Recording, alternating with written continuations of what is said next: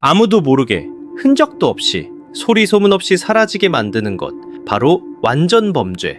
여러분, 이런 스토리 좋아하시죠? 여기 인류의 역사와 함께하며 그 완벽함을 탐해온 아주 특별한 암살 도구가 있습니다. 바로 독. 오늘 저끼리와 함께 피 한 방울 흘리지 않고 세계사의 물줄기를 바꿔버린 보이지 않는 칼, 독살의 역사로 떠나보겠습니다. 잔을 채우고 음식을 맛보기 전 이 영상을 끝까지 보시는 걸 추천합니다. 당신의 잔에도 역사의 독이 담겨 있을지 모르니까요. 서기 54년, 세계의 중심 로마. 이곳엔 폭군 칼리굴라가 암살된 후 근위대에 의해 엉겁결에 추대된 황제 클라우디우스가 있었습니다. 그는 비록 조롱의 대상이었지만 의외로 유능한 통치자였죠. 하지만 그의 가장 큰 실수는 바로 자신의 조카이자 야심가인 아그리피나와 결혼한 것이었습니다. 아그리피나는 권력욕의 화신이었습니다. 그녀는 클라우디우스에게 아첨하여 자신의 아들 네로를 황제의 양자로 만들려 했습니다. 하지만 진짜 문제는 클라우디우스에게 브리타니쿠스라는 친아들이 있었다는 겁니다. 브리타니쿠스가 성인이 되면 네로의 입지는 사라질 게 뻔했죠. 아그리피나에게 시간이 없었습니다. 친아들이 점점 커서 황제의 후계자로 인정받기 전에 빨리 남편을 제거해야만 했죠. 바로 그 운명의 날, 미식가였던 클라우디우스를 위해 그가 가장 좋아하는 버섯 요리가 식탁에 오릅니다. 하지만 그 안에는 아그리피나에게 매수당한 당대 최고의 독 전문가 로쿠스타가 조제한 죽음의 모자라는 광대버섯 독이 숨겨져 있었습니다. 광대버섯의 주성분은 아마톡신이라는 무시무시한 물질입니다. 이 독은 초기 증상이 구토와 복통 정도로 일반 식중독과 비슷해 의심을 피하기 쉬웠습니다. 하지만 잠복기가 지나면 간세포를 완전히 파괴해 극심한 고통 속에서 서서히 죽음에 이르게 하죠. 클라우디우스는 밤새 고통에 시달리다 결국 숨을 거두었습니다. 야욕의 눈이 먼 아내에게 독살당한 불쌍한 클라우디우스. 그의 죽음으로 결국 17살의 네로가 황제가 되었고 로마는 폭정과 내란의 시대로 접어들죠. 한 여인의 야망이 담긴 버섯 요리 하나가 세계 최강대국의 운명을 나락으로 떨어뜨린 순간이었습니다. 자, 이번엔 15세기 말 르네상스 이탈리아로 가보겠습니다. 이곳은 교황이 단순한 종교 지도자가 아닌 막강한 권력을 지닌 군주로 군림하던 시대였죠. 그 정점에 바로 교황 로드리고 보르지아가 있었습니다. 그는 자신의 가문을 이탈리아 최고의 권력가로 만들기 위해 혈안이 되어 있던 야망가였습니다. 그리고 그는 신의 대리인이라는 직위를 무기로 점점 야망을 실현시키기 시작했죠. 당시 교황령의 재정은 항상 부족했습니다. 보르지아 가문은 이 문제를 해결할 아주 독창적이고 잔인한 방법을 찾아냅니다. 바로 부유한 추기경들을 저녁 식사에 초대하는 것이었죠. 화려한 만찬과 달콤한 와인, 즐거운 대화가 오가는 사이 아무도 모르는 무시무시한 일이 벌어지고 있었습니다. 보르지아 가문이 저녁 식사에 초대된 추기경들을 죽이기 위해 사용한 독은 칸타렐라. 칸타렐라의 정확한 제조법은 비밀에 붙여졌지만 주성분은 비소였을 것으로 추정됩니다.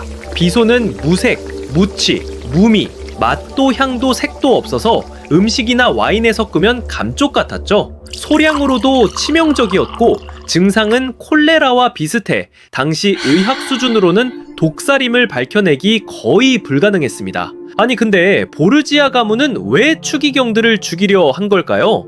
가문 전체가 사이코 살인마였던 걸까요? 아닙니다. 이 모든 것은 비즈니스였는데요. 당시 추기경이 죽으면 그의 막대한 재산과 영지는 관례에 따라 모두 교황청으로 귀속됐기 때문입니다. 보르지아 가문은 이렇게 확보한 자금으로 아들 체사레 보르지아의 군대를 키웠습니다. 즉 독살은 이들에게 정적 제거와 군자금 확보라는 두 마리 토끼를 잡는 최고의 비즈니스 모델이었던 셈이죠. 이 잔혹한 암살 비즈니스 덕분에 체사레 보르지아는 이탈리아 중부를 순식간에 정복하며 강력한 군주로 떠올랐고 훗날 마키아벨리가 군주론을 집필할 때 영감을 준 냉혹한 군주의 전형이 됩니다. 하지만 독으로 쌓아 올린 권력은 독처럼 허무했습니다. 로드리고 보르지아 교황이 갑작스럽게 사망하자 가문의 권력은 하루아침에 무너져 내렸죠. 르네상스의 가장 찬란한 예술 뒤편에선 가장 차가운 독이 역사를 움직이고 있었던 겁니다. 19세기 말 청나라는 서고 열강 앞에 무너져 내리고 있었습니다. 이 위기 속에서 젊은 광서제는 중국을 근대화하려는 무술변법을 시도합니다. 하지만 막후의 실권자이자 보수파의 수장인 서태후는 자신의 조카이자 이 젊은 광서제가 영 탐탁치 않았습니다. 서태후는 쿠데타를 일으켜 개혁을 103일 만에 끝내버리고 광서제를 자금성 깊은 곳에 유폐시킵니다. 그렇게 서태후는 천하를 호령하며 온갖 악행을 펼쳤습니다. 그렇게 10년이 흐른 1908년 11월 희대의 악녀 서태후도 세월 앞에서는 장사 없었습니다. 늙은 그녀는 자신의 죽음을 직감합니다. 그녀는 자신이 죽고 난 뒤 개혁 사상을 가진 광서제가 다시 권력을 잡아 자신의 모든 것을 뒤엎는 것을 절대 두고 볼 수 없었습니다. 그리고 운명의 거짓말처럼 서태후가 사망하기 바로 하루 며칠 전 아직 40세도 안 된 건강하던 광서제가 돌연히 사망합니다. 타이밍이 너무나도 절묘했죠. 이 죽음의 원인은 한 세기 동안 미스터리로 남았지만 2008년 현대과학이 그 비밀을 풀어냅니다. 과학자들이 광서제의 머리카락을 분석한 결과 치사량의 수백 배가 넘는 비소가 검출된 겁니다. 이탈리아 보르지아 가문이 썼던 바로 그 독이죠. 서태후가 자신의 죽음 직전 중국의 마지막 개혁군주를 독살한 것이 거의 확실해진 순간이었습니다. 이 독살은 중국이 왕조 내부에서 평화롭게 개혁할 수 있던 마지막 기회를 앗아갔고 결국 신의 혁명이라는 거대한 역사적 폭풍을 불러오게 됩니다. 죽음을 앞두고도 끊임없이 라이벌을 죽이려 했던 희대의 악녀 서태후, 그녀가 선택한 비열한 무기 역시 비소였습니다. 마지막 여행지는 1978년, 이념이 모든 것을 지배하던 냉전의 시대입니다. 불가리아 출신 작가 게오르기 마르코프는 공산 독재를 피해 영국으로 망명한 뒤 BBC 방송을 통해 불가리아의 독재자 토도르 지프코프의 치부를 폭로하며 자유를 외치고 있었습니다. 그의 목소리는 철의 장막을 넘어 불가리아 국민들에게 희망과 진실을 전하고 있었죠. 이는 불가리아 독재 정권에게 눈엣가시였습니다. 조국을 배신하고 위대한 영도자를 비난하는 그의 목소리를 반드시 잠재워야만 했습니다.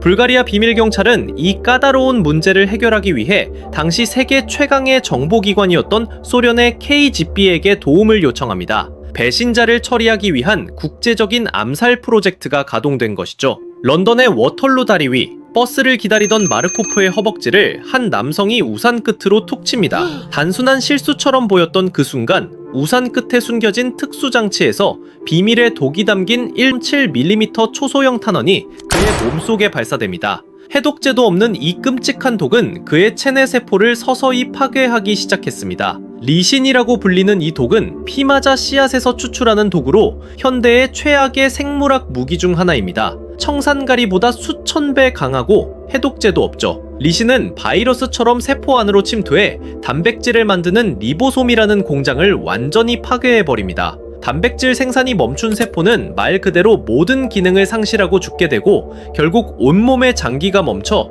끔찍한 고통 속에서 인간을 사망에 이르게 하죠. 마르코프는 나흘간의 끔찍한 고통 끝에 사망했고 이 사건은 불가리아 우산 암살 사건으로 불리며 냉전 시대의 잔혹함을 상징하는 전설이 되었습니다. 이 사건은 철의 장막 너머에서 진실을 말하려는 모든 이들의 입에 재갈을 물리려는 공포의 메시지였습니다. 우리는 어디든 찾아가 너를 침묵시킬 수 있다 라고 말이죠. 로마 황제의 권력투쟁부터 르네상스 교황의 탐욕, 그리고 냉전 시대의 체제전쟁까지 도살은 언제나 역사의 거대한 변곡점, 그 가장 어두운 곳에 자리하고 있었습니다. 눈에 보이지 않기에 더 치명적이었고 증거를 남기지 않기에 더 완전한 범죄로 여겨졌죠. 독의 역사는 곧 인간의 욕망과 공포, 그리고 이념이 어떻게 세상을 움직여왔는지 보여주는 가장 날것의 기록입니다. 오늘 저끼리와 함께한 독살의 세계사 어떠셨나요? 여러분이 알고 있는 또 다른 독살 사건이 있다면 댓글로 공유해주세요. 오늘 이야기가 흥미로우셨다면 구독과 좋아요, 알림 설정 잊지 마시고요. 저는 더욱 흥미롭고 기묘한 역사의 뒷이야기를 들고 다시 찾아오겠습니다. 지금까지 끼리였습니다.